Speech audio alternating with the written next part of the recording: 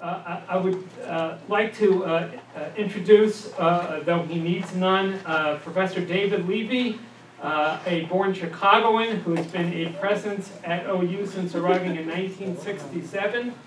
He was David Ross Boyd Professor, C.M. Viersen Presidential Professor, and Rothbaum Professor of History.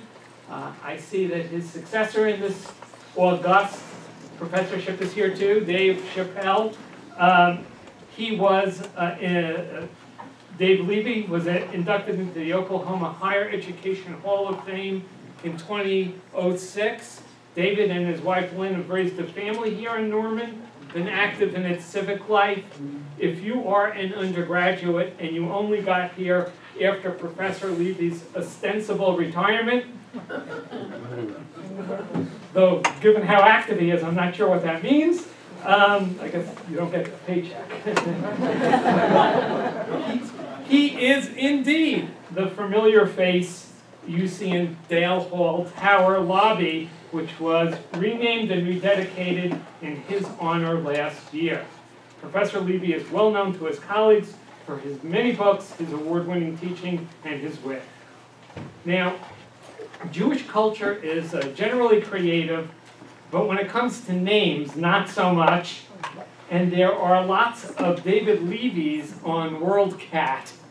I'm going to assume that you did not write Comets, Creators, and Destroyers, Beethoven's 9 Symphonies, and I hope to hell you weren't the author of Love and Sex with Robots. All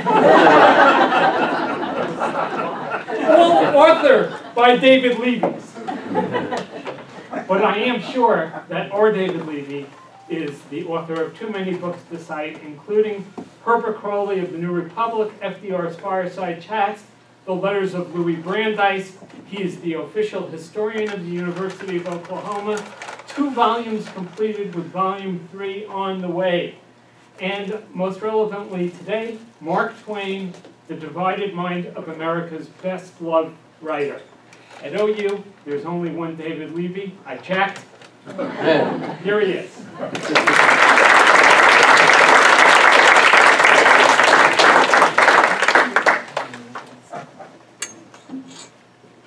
While it is true that I did not write the books that Alan mentioned, I did put them on my Vita on the grounds that no one would catch. Look, it's a pleasure, a privilege really, to be part of this distinguished series as it embarks upon its 21st year. The talks given over the last 2 decades have been models of civilized and stimulating intellectual exchange, and the series has gained a sterling reputation all across the campus and beyond.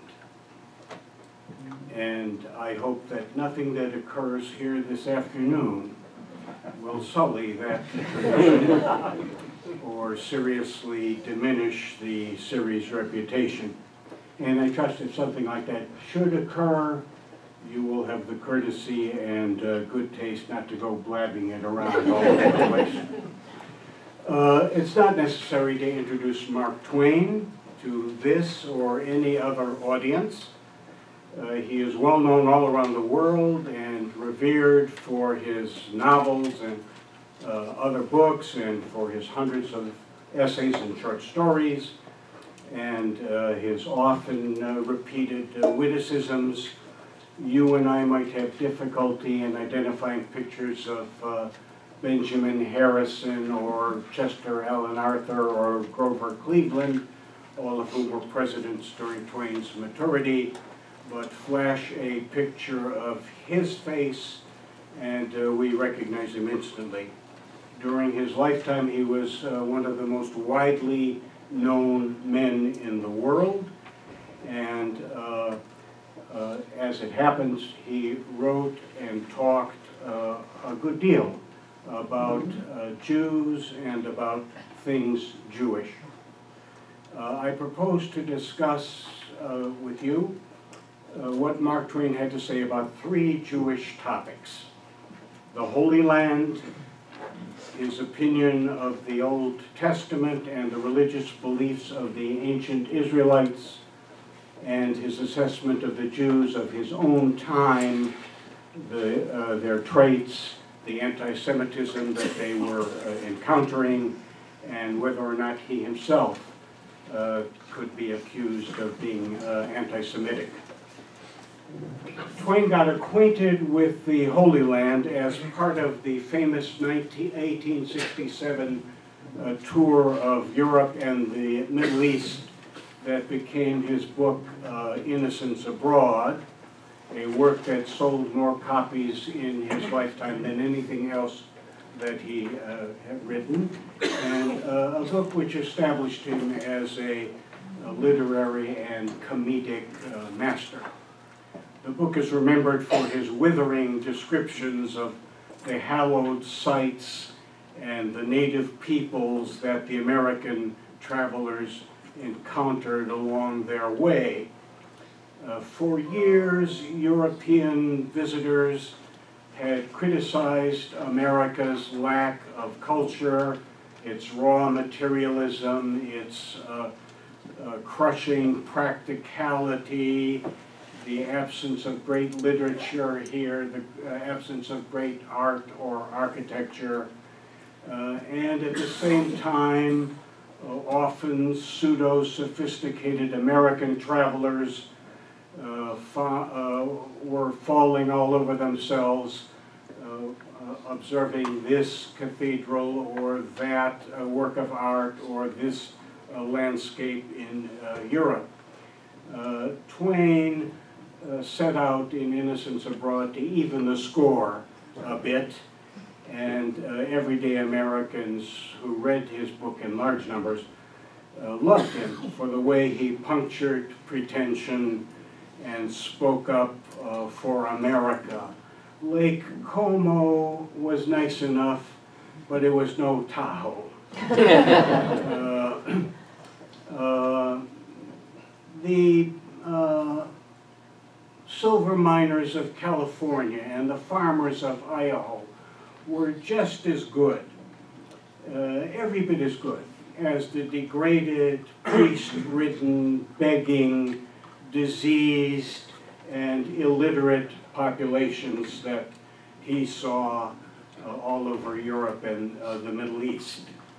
For many of his fellow tourists, the sacred sites of Palestine were to be the highlight of the trip. Some of the travelers were clergymen and their wives. Others were prominent in their churches. There were twice daily prayer services aboard ship. Some of the passengers suggested cutting the ship's engines on Sundays and letting the ship drift in the ocean, but the captain put an end to that idea.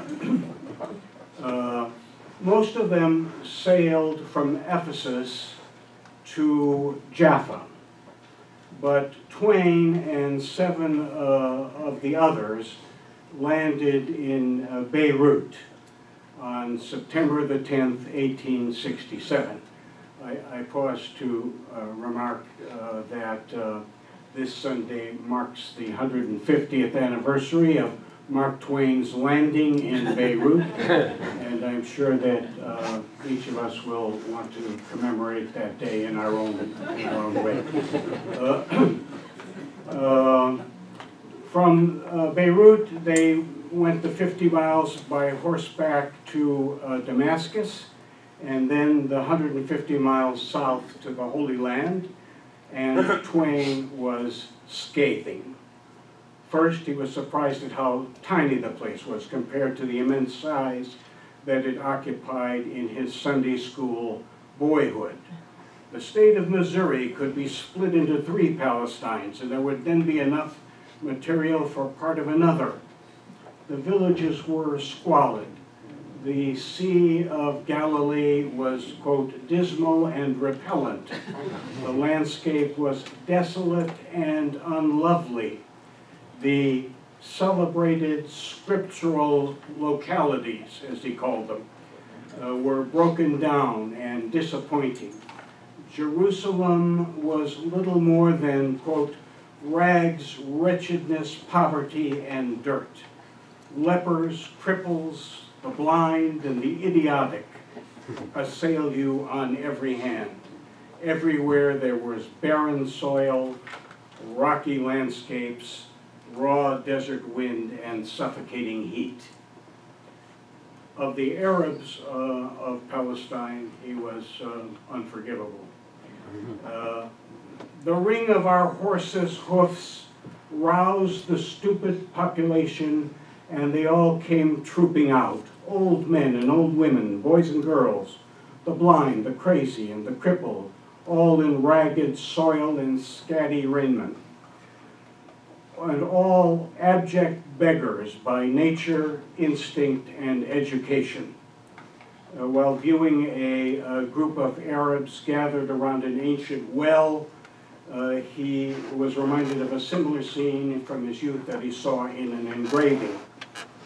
But in the engraving there was no desolation, no dirt, no rags, no fleas, no ugly features, no sore eyes, no feasting flies, no besotted ignorance in the countenances, no raw places on the donkeys' backs, no disagreeable jabbering in unknown tongues, no stench of camels. He summed it all up in a remark that he confided to his notebook, but had the good sense not to publish. Quote, there will be no second coming. Christ has been here before and will not return.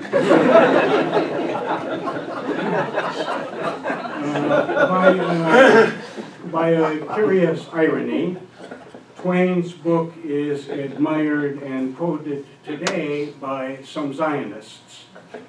There were rumors, according to the New York Times, that Netanyahu wanted to present to Obama in 2009 at his visit a copy of The Innocents Abroad.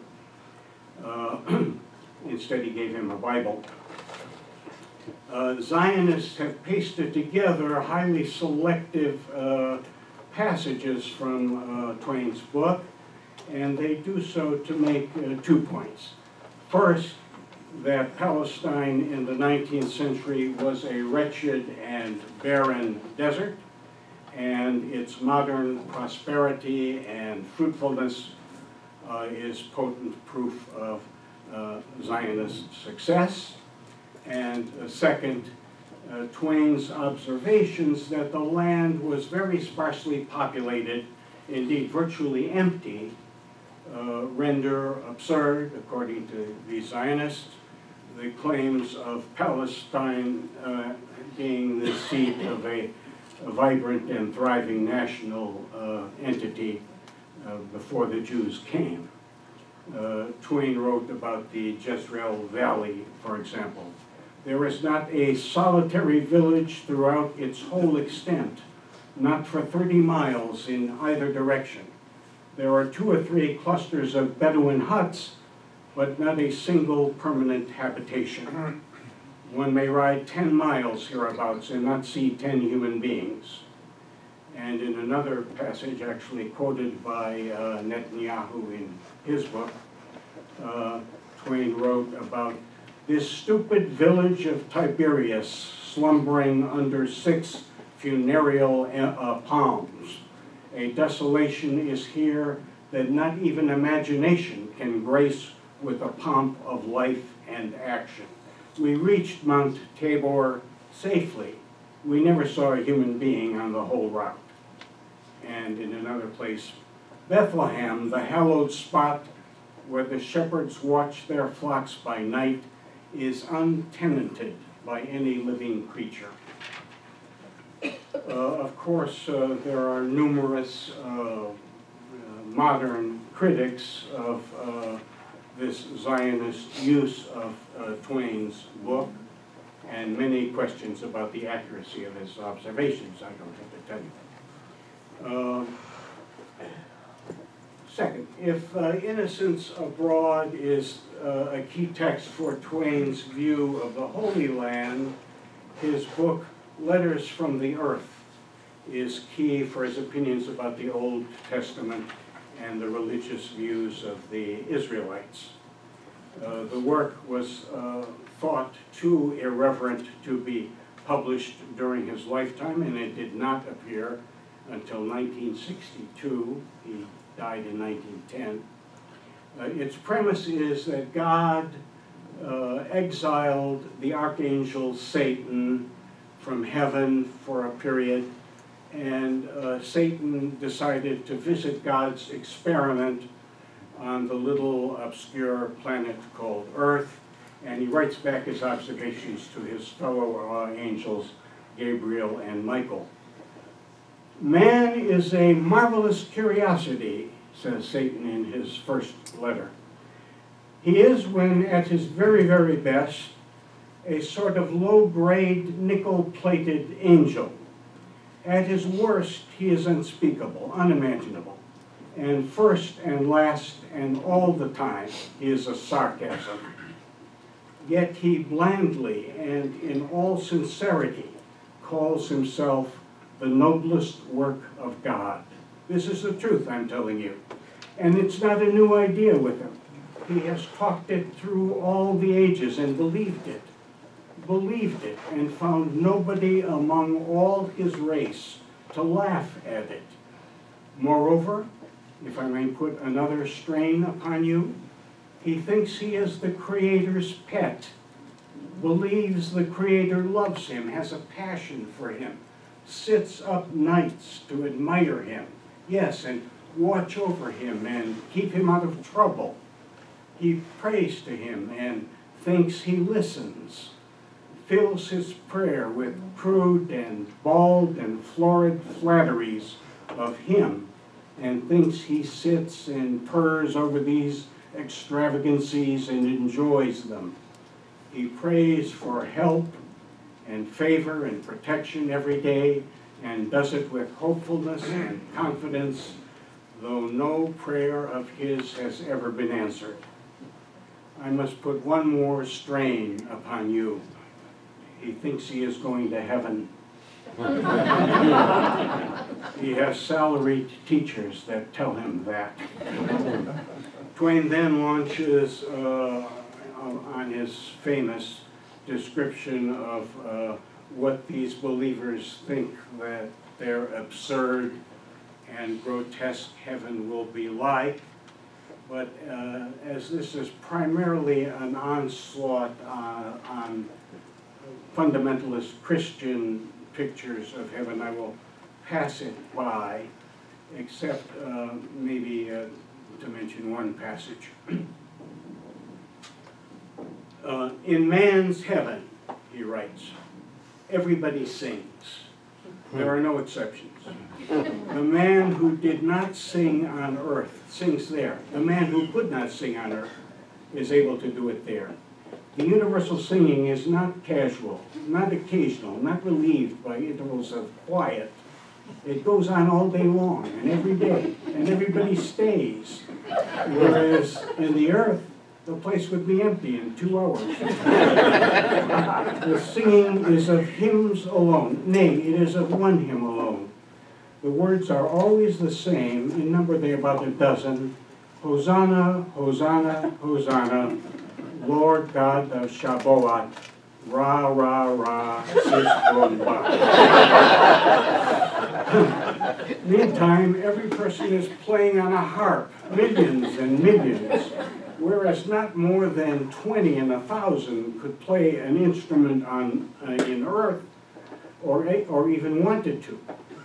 Consider the deafening hurricane of sound. Consider further, it is a praise service, a service of compliment, of flattery, of adulation. Do you ask who it is that is willing to endure this strange compliment, this insane compliment, and who not only endures it, but likes it, enjoys it, requires it, commands it? Hold your breath. It is God. This race's God, I mean. Eventually, Satan comes to that curiosity known as the Bible, and he tries to explain it to Michael and Gabriel. It is full of interest. It has noble poetry in it, and some clever fables, and some blood-drenched history, and some good morals, and some execrable morals, and a wealth of obscenity, and upwards of 1,000 lies. Twain then starts thumbing his heretical way through the Old Testament. He ridicules the story of creation. He condemns God's unjust and harsh treatment of those poor innocent children, Adam and Eve. I suppose you can imagine how Mark Twain handles the story of Noah and the flood. I will spare you the details for a few minutes. Twain levels some serious charges against God as he appears in the Bible and is worshipped and praised by the Israelites. First, God created men and women, and he endowed his creatures with certain traits and proclivities. If they are aggressive, if they are acquisitive and greedy, if they are capable of cruelty and brutality, if they are intellectually curious, if they are devoted to sexual intercourse at every available opportunity, it is because God implanted these things in them.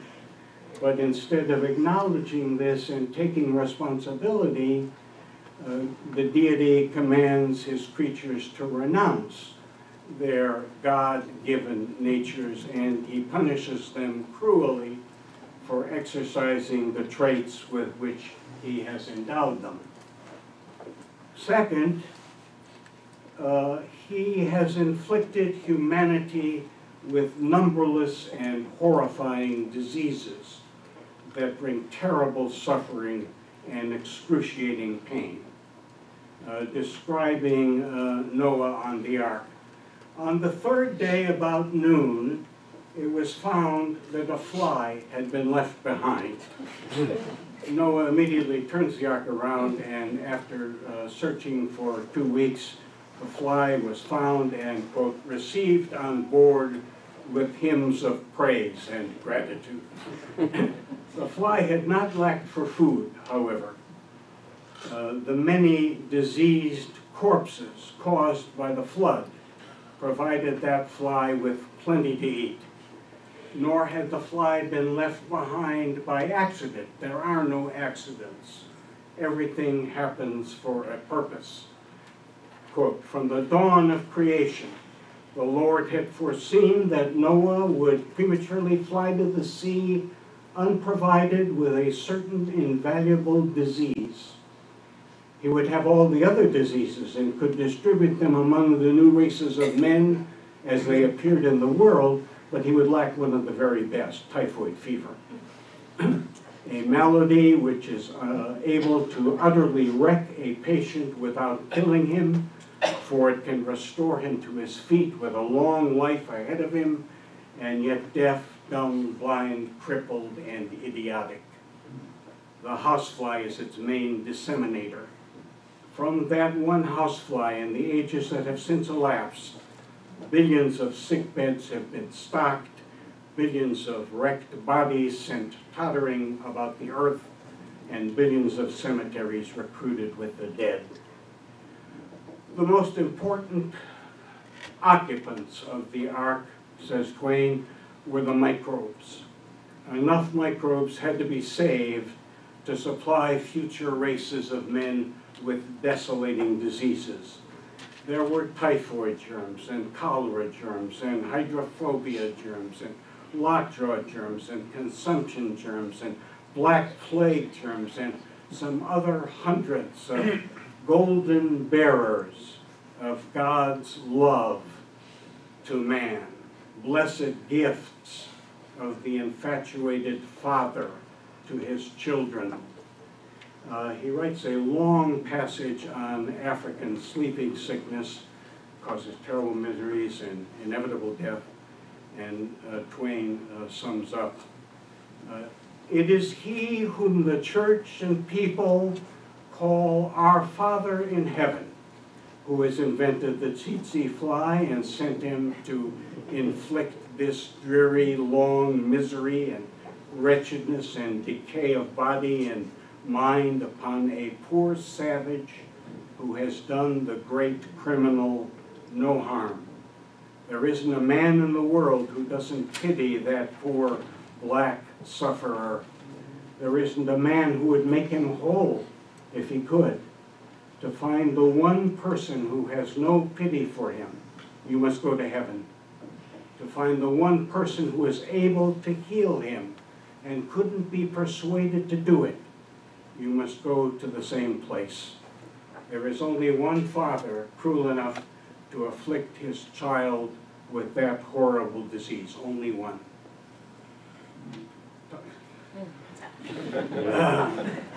I pause to see if this room is going to be destroyed by lightning. So far, so good. In addition to indicting God for implanting traits that he later condemns and for inflicting human beings with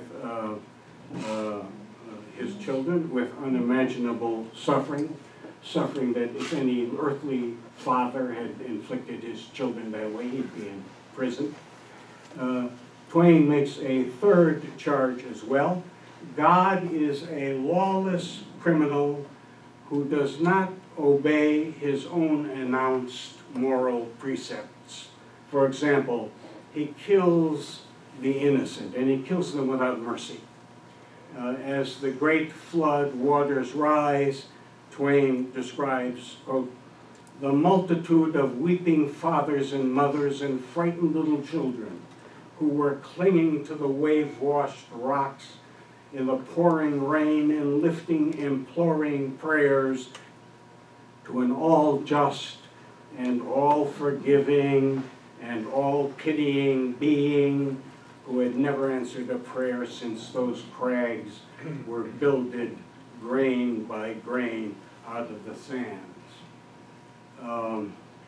Twain reprints in his book Numbers chapter 31, where God orders Moses and the Israelites to kill all the male Midianites and all the non-virginal women, keeping the virgins for themselves. Twain notes that instead of punishing Adam and Eve alone for their transgression, he punishes all their descendants for all time, people yet unborn and innocent. Twain quotes from Numbers 25, "And Israel abode in Shittim, and the people began to commit whoredom with the daughters of Moab. And the Lord said unto Moses, Take all the heads of the people and hang them up before the Lord, that the fierce anger of the Lord may be turned away from Israel." And then Twain writes, does that look fair to you? It does not appear that the heads of the people got any of the adultery. Yet they are the ones that are hanged. When God strikes Onan dead for spilling his seed upon the ground, Twain expresses surprise that he stopped with Onan instead of slaying all the inhabitants for 300 miles around, they being innocent of offense, and therefore the very ones he would usually slay. Twain sees a difficult choice. Quote, "What shall we do? If we believe with these people that their God invented these cruel things and behaved in this reckless way, we slander him.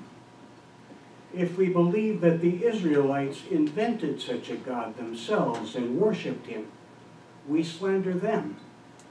It is an unpleasant dilemma in either case, for neither of these parties has done us any harm."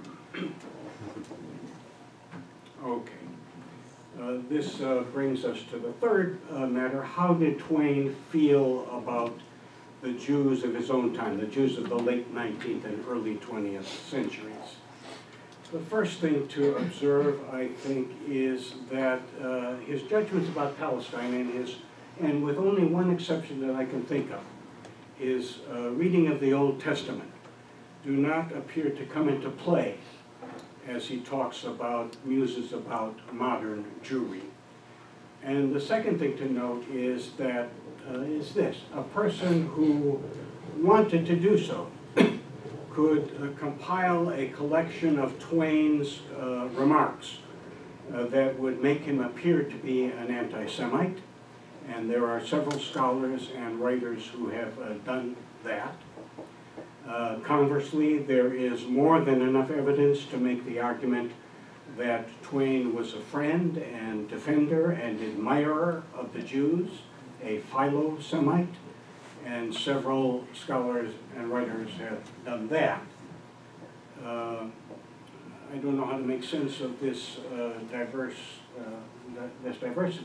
but I'll begin by saying Twain, as you knew, grew up in Hannibal, Missouri, a small village in a slave state where religion was fundamentalist and racial and religious prejudice was not difficult to find. Philip Foner, in his book Mark Twain, Social Critic, writes, "Anti-Semitic feeling was drummed into the youth of Hannibal at Sunday school, and the town's newspapers published frequent accounts of supposed trickery by Jewish merchants at the expense of non-Jews." Twain would retain some of Hannibal's view of Jews, but I would argue to an impressive extent he was able to outgrow and reject those views as years passed. One can certainly find derogatory remarks about Jews in Twain's early journalistic writing, about price gouging Jewish merchants in Keokuk, Iowa, about Isaac the Israelite, a shipboard passenger in 1867, detested by all the others for his vanity, impudence, obsequiousness, and utter imperviousness to insult. Isaac intrudes where he is not welcome. He tries to bribe the captain for a better cabin. He organizes a crooked raffle to sell his late wife's jewelry. Or consider the description in Innocents Abroad of, quote, "the shrewd hook-nosed Jewish money changers in Tangiers," or in another place, "the long-nosed, lanky, dyspeptic-looking body snatchers with the indescribable hats on and long curl dangling down from each ear." One could mention maybe half a dozen other passages, mostly, I think, from Twain's early years. However, at the same time, it is not difficult to discover in Twain's early writing highly sympathetic accounts, denunciation of anti-Semitic attitudes. For example, there is this remarkable passage in chapter 26 of Innocents Abroad. Twain begins by reporting his disgust with modern Italy. Quote, "modern Roman sloth, modern Roman superstition, and modern Roman boundlessness of ignorance."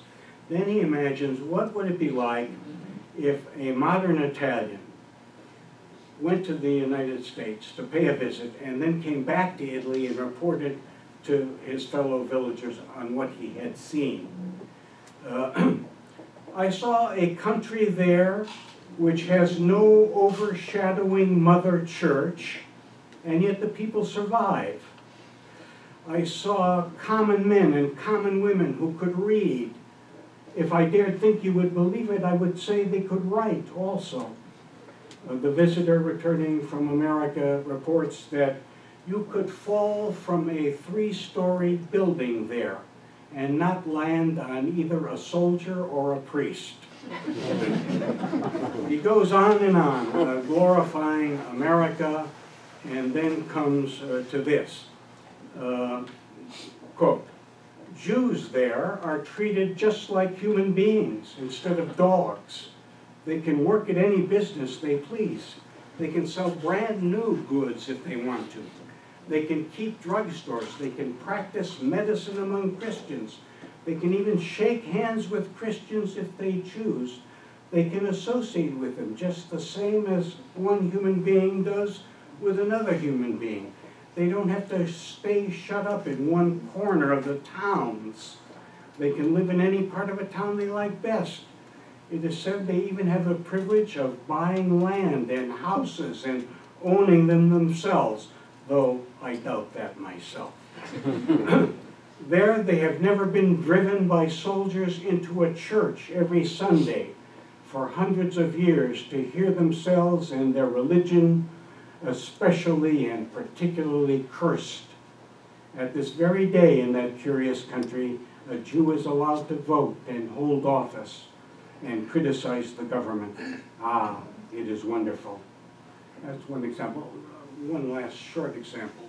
In 1870, of a favorable comment in his early years. In 1870, Twain denounced a medieval fair in Virginia that exalted the romance of chivalry instead of the cruel reality of that age. Next time, let us have a fine representation of one of those chivalrous wholesale butcheries and burnings of Jewish women and children, which the crusading heroes of romance used to indulge in. Twain appears to have had a dramatic awakening when he and his family moved to Europe, where they spent most of the 1890s. He was stunned by the pervasiveness and the viciousness of European anti-Semitism, and particularly appalled by the French treatment of Alfred Dreyfus. He condemned the persecution of Dreyfus in numerous essays that he sent back to America for publication. In one humorous passage, Twain pretends to be objecting to the way that Satan has been treated in public opinion, about how he never had, quote, a fair show. All religions say the most injurious things about him, but we never hear his side. We have none but the evidence for the prosecution, and yet we have rendered a verdict. To my mind, this is irregular. It is un-English. It is un-American. It is French.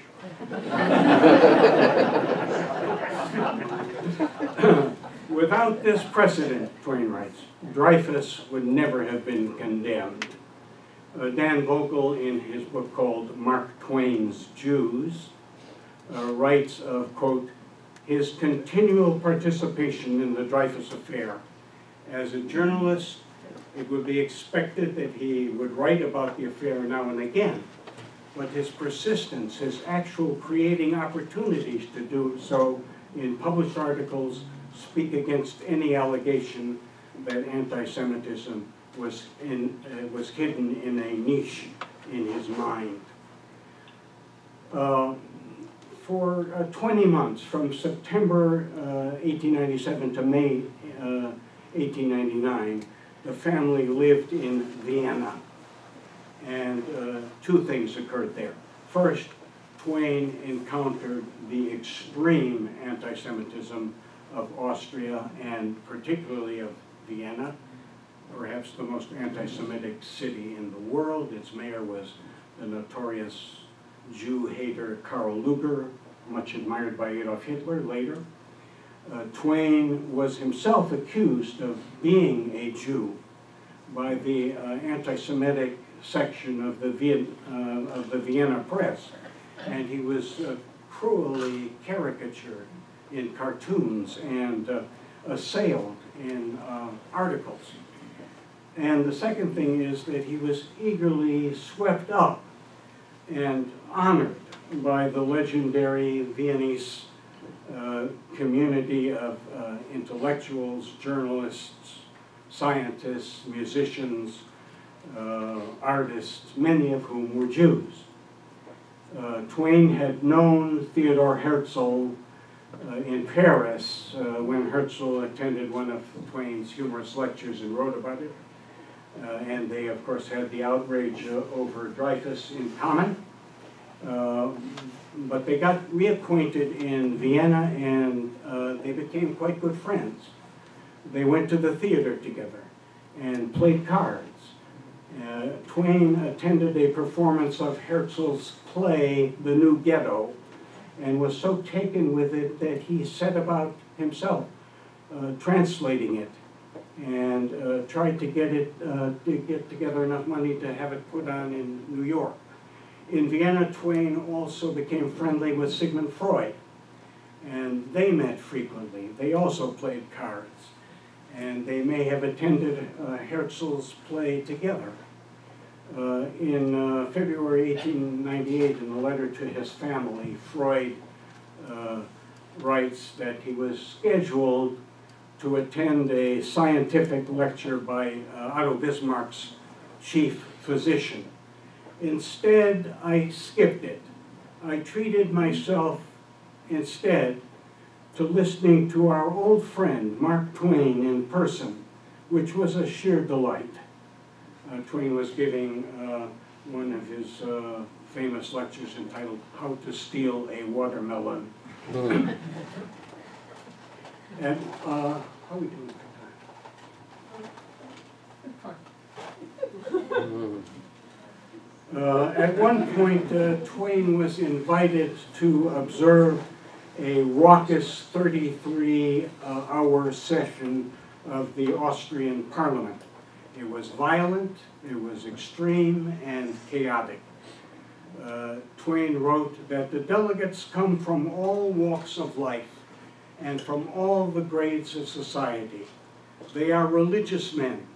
They are earnest, sincere, devoted, and they hate the Jews. Delegates hurled anti-Semitic epithets at their Christian enemies, and the session ended in rioting in Prague. The Jews and Germans were harried and plundered and their houses destroyed. In other Bohemian towns, there was rioting, in some cases the Germans being the rioters, in others the Czechs, and in all cases the Jew had to roast, no matter what side he was on. Twain sent his account of the events in the Austrian Parliament and its anti-Semitism and its aftermath to Harper's magazine, where it was published as Stirring Times in Austria. In response to that article, an unnamed Jewish lawyer in America wrote Twain asking for his opinion about the causes of this Jew hate and whether Twain thought anything could be done about it. And Twain's answer was an essay called Concerning the Jews, published in Harper's in 1899. It is his best known public statement on the subject, and one sometimes feels that the whole debate over Twain's anti-Semitism or philo-Semitism rests almost entirely on how this article gets read. That he intended the article to express his sympathy and admiration for the Jews is clear from the earliest paragraphs. The Jew is not a disturber of the peace of any country. Even his enemies will concede that. He is not a loafer. He is not a sot. He is not noisy. He is not a brawler or a rioter. He is not quarrelsome. In the statistics of crime, his presence is conspicuously rare, and on. The Jewish home is a home in the truest sense, and that is a fact which no one will dispute. The family is knitted together by the strongest affections, and reverence for the elders is an inviolate law. The Jew is not a burden on the charities of the state, nor of the city. These could cease from their functions without affecting him. When he is incapacitated, his fellow Jews take care of him, and not in a stingy way, but with a fine and large benevolence. His race is entitled to be called the most benevolent of all races of men, and so on. But in his explanation of anti-Semitism, Twain resorts to the old stereotypes about Jews that he retained from his youth in Hannibal. The Jews are hated because they are such sharp, capable, shrewd businessmen. And Christians who cannot compete with them are filled with hatred and envy. I'll read you the most damning parts of the most damning paragraph. And it comes right after the paragraphs about how wonderful the Jews are. The Jew has his other side. He has some discreditable ways, though he has not a monopoly of them because he cannot entirely get rid of vexatious Christian competition. We have seen that he seldom transgresses laws against crimes of violence. Indeed, his dealings with the courts are almost restricted to matters connected with commerce. He has a reputation for various small forms of cheating, and for practicing oppressive usury, and for burning himself out to get the insurance, and for smart evasions which find him safe and comfortable just within the strict letter of the law, when court and jury know very well he has violated the spirit of it. He's a frequent and faithful, capable officer in the civil service, but he is, Twain should have added fruit flies, those things that God sent on the ark. He's a good citizen, he says, but he is charged with an unpatriotic disinclination to stand by the flag as a soldier. He is like the Christian Quaker. Twain, in other parts of the article, alludes to the Jews' vastly superior intelligence and his disinclination to work with his hands. I should add quickly that Twain knows, and he makes it very clear, that the Jew's devotion to commerce was forced upon him by Christian authorities denying him the power to own land or participate in agriculture, the right to learn and practice certain professions. Twain is quite aware of the historic legal disabilities that Jews have suffered, and he ascribes those to the Christian's realization that in a fair and open competition he cannot hope to survive against his more intelligent and cunning competitor. One last thing about that paragraph. When it was published, two American Jews wrote to Twain with statistics about Jewish participation in American wars, showing that Jews participated in numbers substantially above their portion of the population. Twain immediately apologized for, quote, "my awkward and stupid mistake," and he appended a note, "the American Jew as soldier," to every further reprinting of that essay, giving the details of Jewish participation in the military. He offered his blood for his flag. His patriotism is lifted above the norm. He has shown in the battle that he is capable of faithful and brave service like any other soldier. In general, Twain, the Jewish response to Twain's article recognized his goodwill and appreciated his denunciation of anti-Semitism, while also acknowledging that he should have known better than to say Jews didn't work with their hands. Well, he witnessed the garment industry, the cigar factories. One critic listed the dozen richest commercial titans in America: Carnegie, Rockefeller, Vanderbilt, none of whom were Jews. Nevertheless, even though it is no doubt true, I'm sure, that the stereotypes he employed provided ammunition in the hands of genuine anti-Semites, I think it is a strain to argue that his essay was evidence of personal anti-Semitism.